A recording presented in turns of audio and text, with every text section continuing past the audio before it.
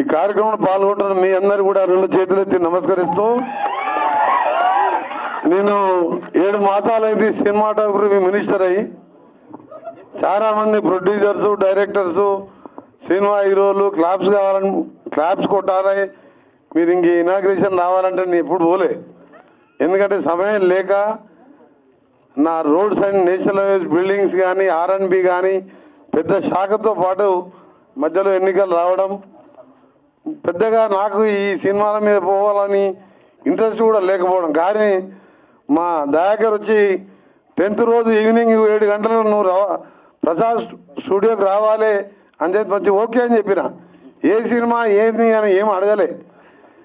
కానీ అందులో ఒకటి చెప్పిండు, కీరవాణి గారికి కూడా వస్తున్నారు సార్ మీరు కీరవాణి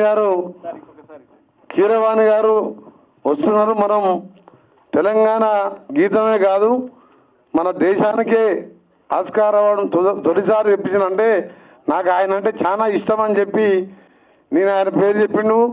దయాకర్ గారు అడగంగానే ఒప్పుకొని రావడం. ఈరోజు మురళి గారు ఒక మంచి చిత్రం, దాని స్టోరీ నాకు దయాకర్ చెప్పింది కానీ నేను బయట చెప్పకూడదు, ఇక కొద్దిగా చెప్పింది. కానీ వారికి అలాగే మా సుమన్ గారు, నేను యూత్ కాంగ్రెస్లో ఉన్నప్పుడు నల్గొండకు తీసుకొచ్చినాం. అప్పుడు ఓ జిమ్ ఓపెనింగ్, నేను ఇంక అప్పటికి ఎమ్మెల్యే కాలే. తర్వాత 6 సార్లు ఎమ్మెల్యేగా, ఎంపీగా 6 సార్లు గెలిచాను. తర్వాత మా గురువు గారి బిడ్డ మా చెల్లె వెన్నెలకు, అలాగే మన బెల్లయ్య నాయక్ గారు, మూల వెంకరెడ్డి గారికి, ఇంకా మన సుమిత్ర చంద్రబోస్ గారు కూడా మననే కలిశారు నా దగ్గరికి వచ్చి. ఇంకా వేదిక మీద ఉన్న చాలా మందికి అందరికీ, అంటే ముఖ్యంగా మా అద్దంకి దయాకర్ నటన చూడలే కానీ ఆయన జ్ఞానం, ఆయన టీవీలలో మాట్లాడే ప్రతి సబ్జెక్టు, ఏ డిబేట్లో పాల్గొన్న అనర్గల్గా మాట్లాడుతూ ప్రతి సమస్య మీద ఎవరు ఏమడిగినా ఎప్పుడు కూడా టీవీలలో చూడండి, ఎప్పుడు రెచ్చిపోడు ఆయన. ప్రతి సబ్జెక్టు కూడా అవగాహనతో మాట్లాడి ఒక స్పృహతో ఉన్న నాయకుడు ఆయన. దురదృష్టం ఆయన చట్టసభల్లో కాకుండా నేను మన ఎన్నికలు చెప్పిన, తప్పకుండా నువ్వు ఎప్పటికీ పెద్ద నాయకుడు అయితే అని చెప్పి తుంగతుర్తి మీటింగ్లోనే చెప్పాను నేను. ఎందుకంటే అతని స్టైల్ నాకు తెలుసు కాబట్టి, సింపుల్గా ఉంటూ ప్రజల మధ్యలో ఉండి ప్రజా సమస్యల మీద ఎప్పుడు కూడా స్పందించే వ్యక్తి. ఇకపోతే మీ అందరికీ కూడా తెలంగాణ సినిమా ఇండస్ట్రీ శాఖ మంత్రిగా మురళి గారికి తప్పకుండా నేను ఆశీర్వాదం ఇస్తున్నాను. గవర్నమెంట్ సపోర్ట్ ఉంటుంది, నా సపోర్ట్తో పాటు మా ముఖ్యమంత్రి గారి సపోర్టు. ఇలాంటి సినిమాలు రావాలి, ప్రజలలో మార్పు రావాలి. కొందరు రాజ్యాంగం మారుస్తామని, కొందరు అదని, కొందరు కులం మతం పేరు మీద జరుగుతున్న ఈ విదేశాలలో ఇండియా ఫైల్స్ లాంటి సినిమాలు ఇప్పుడు అవసరం.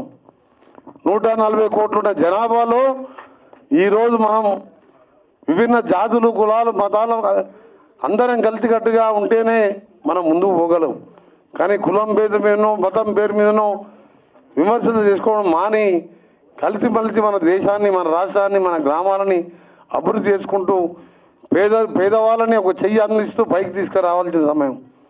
అందుకనే భారత రాజ్యాంగ నిర్మాత బాబాసాహెబ్ అంబేద్కర్ కోరిన విధంగా చిన్న రాష్ట్రాలు కావాలని చెప్పి 70 ఏళ్ళ కింద రాజ్యాంగం రాసినప్పుడే ఎందుకు చెప్పిండంటే చిన్న రాష్ట్రాలతోనే అభివృద్ధి అని చెప్తే ఇవాళ తెలంగాణ రాష్ట్రం కూడా సోనియా గాంధీ తెలంగాణ రాష్ట్రం ఇచ్చింది. కానీ ఇచ్చినప్పుడు ఈ 10 సంవత్సరాలు మనం ఏం సాధించుకున్నామో ఒకసారి ఇంకా చూస్తే శూన్యంలాగా అనిపించి ఇవాళ తెలంగాణ గీతాన్ని మొదలు పెట్టించుకున్న మా ముఖ్యమంత్రి గారు ఇదే కీరవాణి గారు ప్రపంచంలో మన తెలుగు జాతిని కీర్తి పతాకాన్ని తీసుకెళ్లిన కీరవాణి గారు తెలంగాణ గీతానికి ఇలా గ్రామాన వింటుంటే మాకు నిజంగా ధన్యవాదాలు సార్.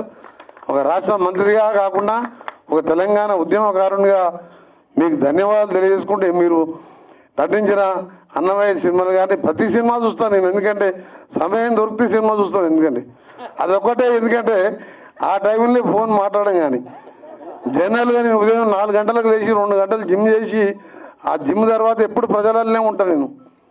ఎప్పుడో ఒకసారి సమయం దొరికితే నచ్చిన సినిమాలు చూస్తూనే ఉంటాం అలా. అందుకనే మీరన్నా మీ సినిమాలన్నా మీ సంగీతం అన్నా మీ పాటలన్నా మీ దానిలో అర్థం నిజంగా ఇప్పుడు రెండవ పాట మొదటి పాట 2 పాటలు చూసినాక నాకు ఆడికెళ్ళి జరగబుద్ధి కాలే.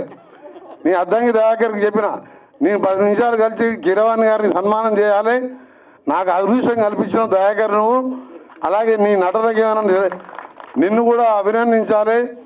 కీరవాణి గారిని ఎందుకంటే అవార్డు వచ్చిన తర్వాత మన రాష్ట్ర ప్రభుత్వం తర్వాత కూడా ఎప్పుడు అఫీషియల్గా సన్మానం చేయలే.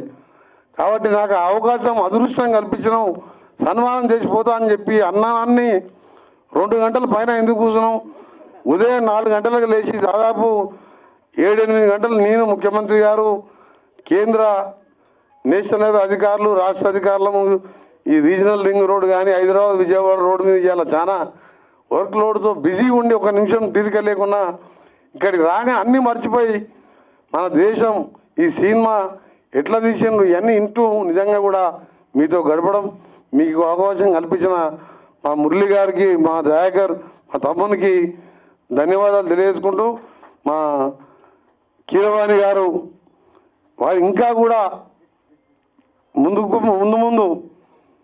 మన మన తెలుగు జాతిని పైకి తీసుకొచ్చే విధంగా ఇంకా కూడా ముందుకు పోవాలని, వారికి నిండా 100 ఏళ్ళు ఆరోగ్యంగా ఉండాలని భగవంతుని ప్రార్థిస్తూ, ఎందుకంటే అలాంటి వ్యక్తి మన తెలుగు గడ్డపై పుట్టడం నిజంగా తెలుగు వారందరూ కూడా గర్వించదగిన విషయం. అలాగే రాహుల్ ఇప్పుడే మనకు ఒక మంచి యువ సింగర్గా ఇంత క్రేజ్గా ఆయన పాటలన్నీ రోజు వింటూ ఉంటాం కార్లో కూర్చొని. మీ అందరికీ కూడా ఇక్కడ పాల్గొంటున్న మీ అందరికీ కూడా మరొకసారి మంచి పెద్ద మీటింగ్లో పోయినా ఇంత సాటిస్ఫాక్షన్ ఉండదు, కానీ ఇలాంటి మీటింగ్లో ఇంత మంచి కలుసుకోవడం చాలా సంతోషం. మీకు సంబంధించిన సినిమా రిలీజ్ అప్పుడు కానీ ఇంకా ఏ సహకారం కావాలన్నా మీరు డెఫినెట్గా ఎప్పుడన్నా రావచ్చు. మీ దయాకర్ గారు ఫోన్ చేసినా చాలు, నాకు ఫోన్ చేసినా మీకు థియేటర్లు ఇప్పించే చిన్న థియేటర్లు అంటే సినిమాలు ఇయ్యరు. ఇవన్నీ మీకు తెలుసు కాబట్టి యాజ్ ఏ మినిస్టర్గా నేను చెప్పి మీకు అన్ని విధాల అండగా ఉంటాను. ఇలాంటి సినిమాలు సమాజానికి అవసరం. నాయకులలో మార్పు రావాలి, పాలకుల్లో మార్పు రావాలంటే ఇలాంటి సినిమాలు రావాలి. కాబట్టి తప్పకుండా మా ప్రభుత్వం నా యొక్క సహకారం ఉండని తెలియజేసుకుంటూ, మా వెన్నెల పాడుతుంటే మా గద్దరన్న జ్ఞాపకం వస్తున్నాడు. గద్దరన్న నన్ను రేవంత్ రెడ్డి గారు మన్మోహన్ బర్త్డే కలిస్తే నన్ను 10 నిమిషాలు ముద్దు పెట్టుకుని నన్ను వదిలిపెట్టాడు. ఎక్కడ కలిసినా కానీ నేను ఎంపీగా నామినేషన్ వేసి చక్కగా గద్దరన్న ఇంటికి పోతే గద్దరన్న మా వదిన నన్ను విమల వదిన లోపలికి తీసుకుపోయి కూర్చోబెట్టుకొని అలా బెడ్రూమ్లో కూర్చోబెట్టుకొని 1.5 గంటన్నర మాట్లాడి నువ్వు ఏ విధంగా ప్రయాణం చేయాలి అని చెప్తే నువ్వు చేసే కార్యక్రమాలు చెప్పుకుంటూ పోని చెప్తే అంతకుముందు 5 సార్లు ఎమ్మెల్యే గెలిచినావు అని ఎంపీగా ఆయన సలహాతో పోతే 1 పైసా ఖర్చు పెట్టకుండా 8 లక్షల ఓట్లు తీసుకొని ఇవాళ ఎంపీగా గెలిచినావు. అందులో ఆయన సలహాలు ఆయన ఎప్పుడు చెప్పేవాడు, నువ్వు తెలంగాణ కోసం మంత్రి పదవి వదిలిపెట్టినావు, ఎవడు పేదవాడు వచ్చినా సాయం చేస్తావు, నీలాంటి నాయకుడు కావాలని ఇద్దరు చేయి పట్టుకుపోయి ఇంటి లోపల కూర్చోబెట్టి నాకు కొన్ని సలహాలు చెప్పాను. అందుకనే నేను కూడా నాది కూడా మీ సినిమా ఏ విధంగా తీసిండో తప్పకుండా మీలాంటి వారికి నా పూర్తి సహకారం ఉంటుంది. అందరికీ నమస్కారం. Good night.